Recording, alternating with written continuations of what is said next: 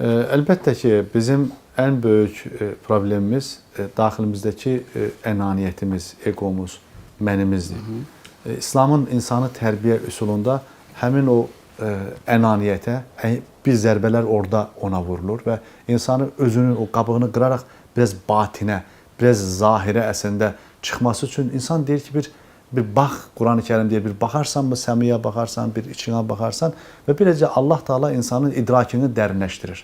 İdraki dərinləşmiş insanlar egosuna, öz içindəki kibrə, öz daxili dünyasındakı dediyiniz o məndən qurtarmış olur. Və belə bu haqq mərkəzli, əslində huva deyilir, biz, yəni ifadələri ilə artıq əmirdən insan qurtarır.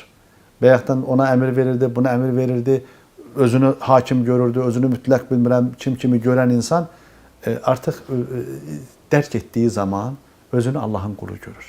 Və Ramazan ayında bu qulluq şuuru insanda dərinləşir, insanda bəndəlik hissləri formalaşır.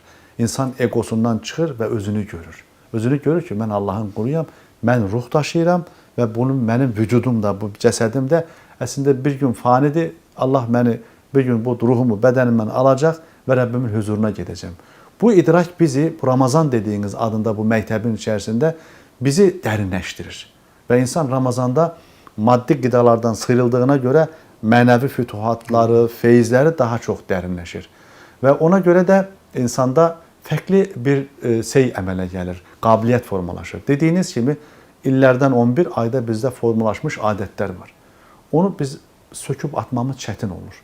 Amma Ramazan ayında bizə Allah fürsət verir ki, o naqis bizim adətlərimizi tərk eləyək, siqaretimizi tərk eləyək və yaxud qəlb qırıqsa onu tərk eləyək. Acı danışırdıqsa sözlərimizi artıq 30 gündür belə deyək, 29 gün biz gözəl söz danışmağa, qulu linnəsi husnən, Quran-ı Kərim bizə söylədi ki, gözəl danışın.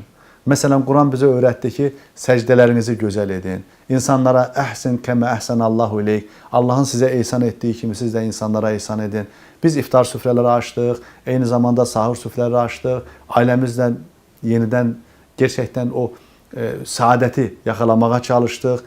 Dostlarımızla münasibətlərimizi qurmağa çalışdıq. Gözəl bir mədəni kültür səviyyəsi qazanmışıq. İndi bayramdan sonra yenidən dediyiniz o köhnə adətlərə gəlməklə Ramazan məktəbinin məzunu olmama, o şəhadəti almama deməkdir. Ona görə biz çalışacağıq ki, necə ki Ramazan boyunca Quran oxuduq, Ramazandan sonra davam etdirək Quranlarımızı. Ramazan boyunca oruç tutduq, indi Ramazandan sonra Şəvval orucu var, 6 gün onu tutacağıq. Eyni zamanda həftənin 2 günü oruçlar var. Bu oruçlarla biz bədənimizi davamlı, mütəmadi olaraq təmiz saxlayırıq. Ardıcıl bu ibadətlərin yerinə yetirilməsi insanın mənəviyyatının əslində ayarlarının pozulmaması deməkdir. Amma insan ki, ibadətləri tərk elədi, istiqaməti tərk elədi, hidayət yollarını tərk elədi, azğınlaşır, qatil olur, cani olur. Gözü dönür insanın. Amma insan ki, mənəvi ləzzətləri, mənəvi feyizləri mütəmadi olaraq alır və ruhunu bəsləyir. Önəmli olan insanın ruhunun bəslənməsidir, qəlbinin bəslənməsidir. İnsanın qəlbində mərhəmət, sevgi hissləri olduğu zaman qarşısındakı insana da həzrət insan kimi baxır. Təşəkkür edirəm, Ağa müəllim, çox sağ olun. Mən sizə təşəkkür edirəm. Xatırladım ki, arxa planda mənim qonağım tanınmış ilahiyyatçı Ağa Hacıbəyli idi. Biz Ramazan ayı haqqında danışdıq. Hər bir halda Ağa müəllimlə söhbətlərimiz maraqlı olur və çalışacağıq ki, bu məsələlər ətrafında müzakirələrimiz bundan sonra da davamlı olsun. Sağ olun, salamat qalın.